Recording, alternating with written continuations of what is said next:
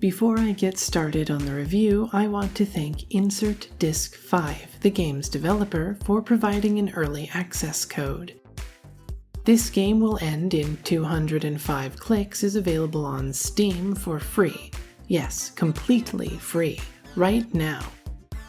If you enjoy your time with the game, there's also a very cool art book filled with concept art and alternate color palettes available for purchase. Now, let's get on with the review. Last time I covered a game from Insert Disc 5, I reviewed the Steam release of Ser, a short $5 romantic visual novel. This time around, I'm discussing the game This Game Will End in 205 Clicks, which is the real title of the game. As I said in my sponsor disclosure statement, the game is completely free to download, so honestly, I'm not sure if you need a review.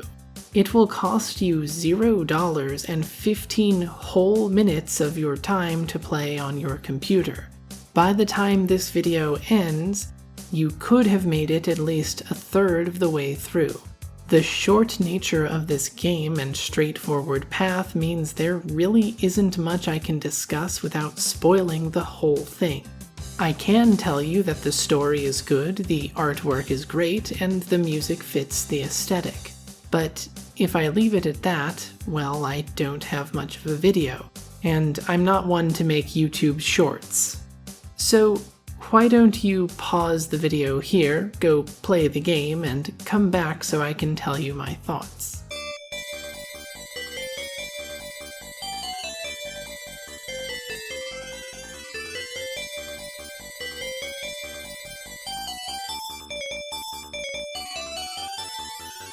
Okay, I'm assuming you've either played the game or you're okay with spoilers.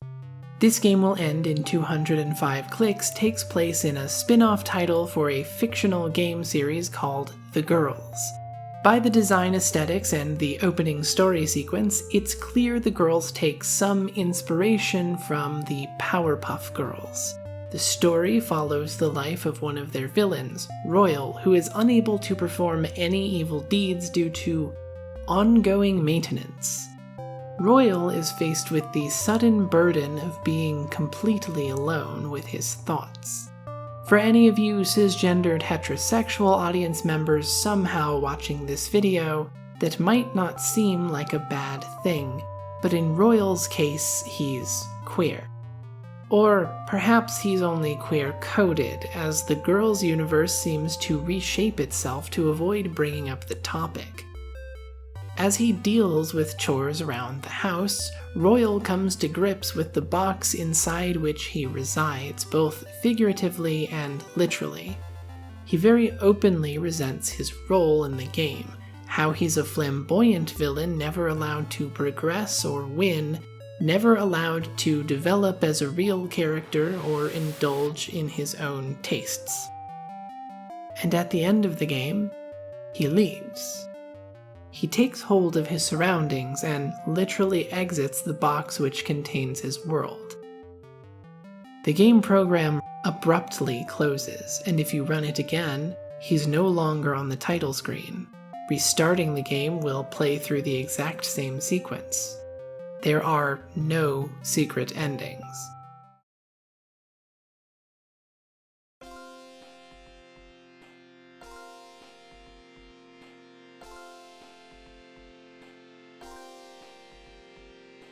I don't know Adrienne Bazir, and so I can't say for certain where she meant to place the allegory, but what I can say is that the story is very relatable to me as a transgender woman.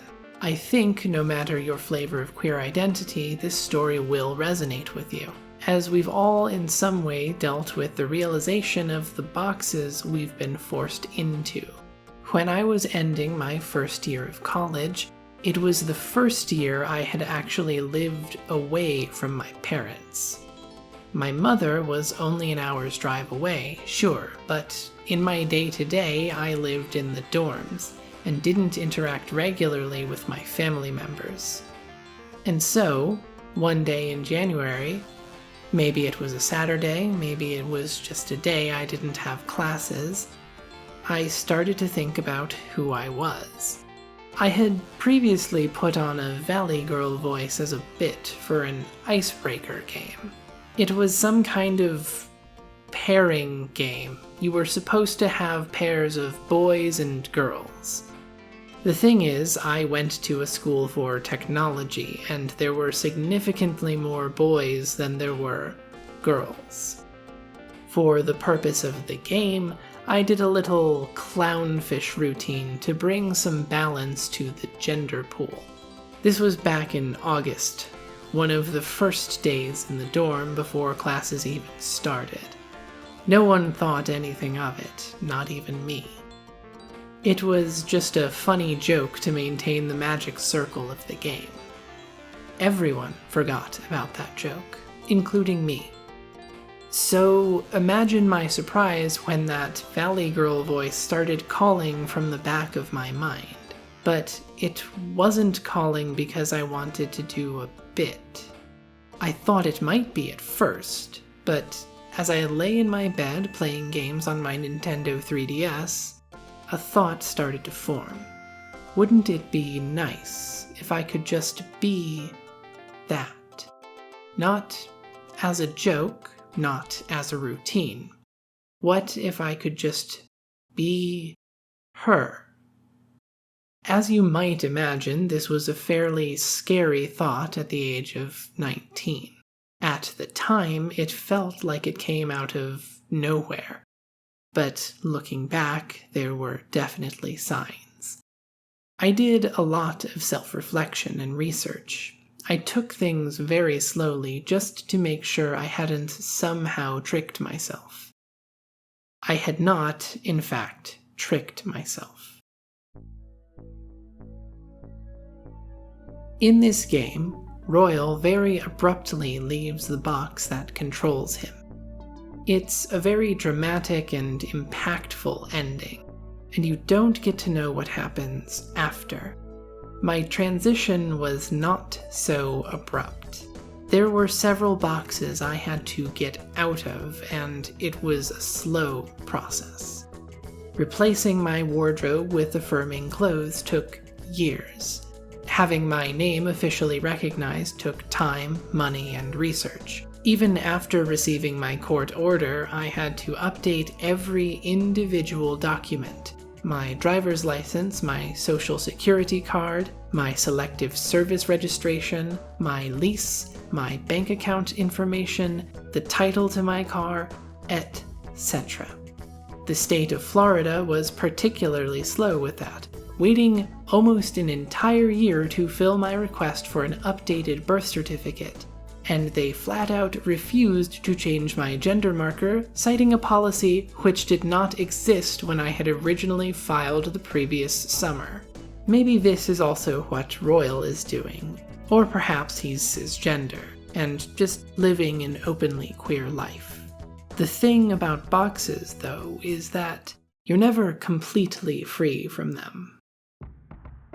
If you restart the game, you can put Royal back in the box, although he will go through the same emotional journey and escape once more. Right now, I'm deeply aware of the box that society wants to force me, and people like me, back into. In the United States, there's an executive order which denies federal funding for any hospital which provides gender-affirming care of any kind, for any person under the age of 19. This effectively constitutes a nationwide ban for minors and young adults. A minor in the United States is defined as anyone under the age of 18. Yet this executive order bans care for people who are within their first year of adulthood. At 18, you can enlist in the military, you can sign a contract, you can open a credit card, but you can't talk to a therapist about your struggles with dysphoria. You can't ask your primary care physician for a referral to an endocrinologist, and you can't fill a prescription for estradiol, progesterone, and spironolactone. One of the documents I have not yet updated is my passport. Currently, my passport is in the wrong name, and may even be expired. I haven't checked. Since losing my job, international travel has not been high on my to-do list. Today, in 2025, it is federal policy to not include a gender marker on a passport that does not match the birth certificate of the applicant. Other trans people trying to update or apply for a passport have had identity documents confiscated. Currently, there is an injunction on the policy as of July while the court case is being settled. The government has already asked to dissolve this injunction, and it's uncertain how the case will go. Having a gender marker or name on travel documents that doesn't match what you present as in day-to-day life is actively dangerous. It's already a foregone conclusion that my genitals will set off the body scanner every time I travel, requiring a pat-down from a TSA agent before boarding every single plane. Mind you, this is just for domestic flights. I don't want to even imagine the routine necessary to go through customs with a mismatched passport. This is a box that's being forced around me, but just like Royal, I'm tired of the box. I will not be confined.